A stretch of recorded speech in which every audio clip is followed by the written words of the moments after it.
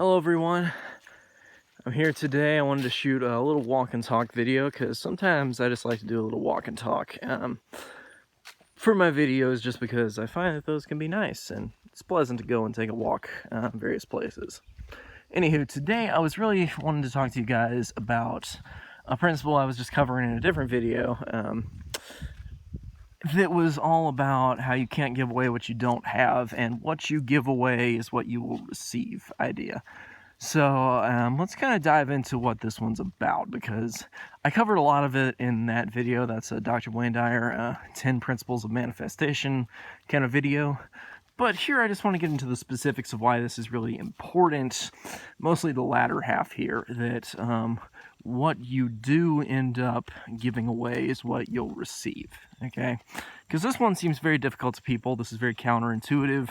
This is why a lot of people are often asking for things but not receiving them, because they naturally think, I want, and then they don't get it. So people are always demanding these things. And when they demand, as we know, it's like basically a lot of the universe operates like it does with people. Because when you think about it, it kind of, I'll explain how it even does from a scientific perspective, but let's go into examples here. So let's say somebody wants money, okay? Very understandable. We all need money to survive in this modern society. Money gives us power, it gives us things to do, it buys our food. It's very important, okay? So then when people naturally think, I want money, they put out into this idea of the world like, give me money, give me money, give me money. Okay, so if you go to all your best friends, all like your neighbors, all your family, and you say, give me money, give me money, give me money, how many people are going to give you money? I can bet that it's not going to be very many of them.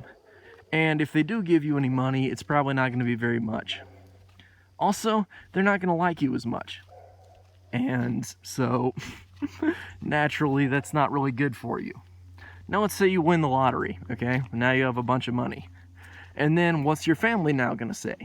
Give me money, give me money, give me money. Oh, I gave you money back at this date.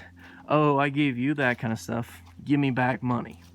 So the reason for this is because people have this natural idea of reciprocity. And your subconscious mind, being a person, being you, also has this idea of reciprocity. So this is where it becomes important. So that's just naturally how people would react if you just ask them for money. They're going to probably say no. Or if they do give you money, it's not going to be a lot, and it's going to come at the cost of them liking you a lot less. And then when you make money, they're going to be all like, give me money, give me money, give me money, because that's reciprocity from people. Since you asked them for money and they gave it to you in whatever amount, then they're going to demand money back when you have a bunch of money. Okay, so this becomes important though with the subconscious mind, because the subconscious mind is a huge force in your brain, okay? Imagine a giant corporation, Microsoft, Amazon, etc., and you get to be the CEO. You get to be at the very top of it. And what gets brought to your desk for the parts of the company, you do not need to know about this one tiny thing. You do not need to know about this other tiny thing. You need to know the most important things for the company on the day-to-day. What's going to come up? Is there going to be a merger? Are we buying a smaller company that we need to consolidate into our overall one? We're going to have that kind of merger coming up. Are we going to have all these kind of things? What is the big deal here? Do we need more capital? Is it going to be this? Is it going to be that? Whatever you want to say for this, it doesn't really matter. Basically, the example comes down to the idea that what's going to get brought to your desk, what's going to get brought to your attention, are the things that you really think are important, that are really valuable to you. Those are the things that are going to get brought to your attention and importance. So if you ask your subconscious mind, which basically is the entire company here, give me all the bad stuff, okay, then it's going to give you all the bad stuff. If you say, give me all the good stuff, it's going to give you all the good stuff. But the way you ask needs to be a little different than give me. See, because your subconscious mind is almost like a different person, okay? And it will respond like my example of people with the gimme thing. So your subconscious mind has both really good ideas for earning money and also really good ideas for losing money.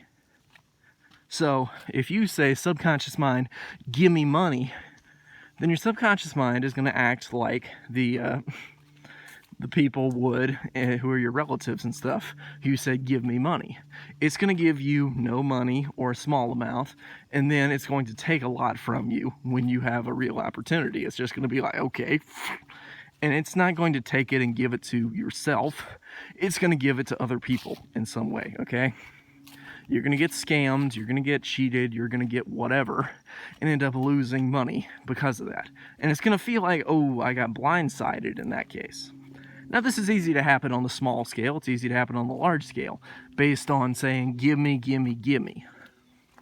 But instead, when you ask the subconscious mind, when you give it love, just like if you gave other people love, you say, how can I help you? How are you doing today? Is everything going okay? And you state things instead in the affirmative to the subconscious mind of, you know what, I am rich, I do have money, I am wealthy, everything is going well. All these kind of positive things. When you state that in a positive way, your subconscious mind will naturally want to give you more positive things. And you're not doing it in a showy way to your subconscious mind. You're treating it like a person. You're saying, how may I serve you? How may I help people? How may I do good? The more good you do for yourself, for others, for the world, for your subconscious mind, the more good specifically that you do for others in the subconscious mind, the more your subconscious mind is going to give you those kind of positive things back over and over and over again. So instead of saying, gimme, gimme, give me, instead say, how may I serve? How may I help? And state things in the positive. I am happy. I am wealthy. I am healthy. I am wise. Every day in every way, I am getting better and better. When you can put that out there, that positive message that you can achieve what you want, that everything is going well, your subconscious mind will give back to you things that will make that even greater, even better, all that kind of stuff.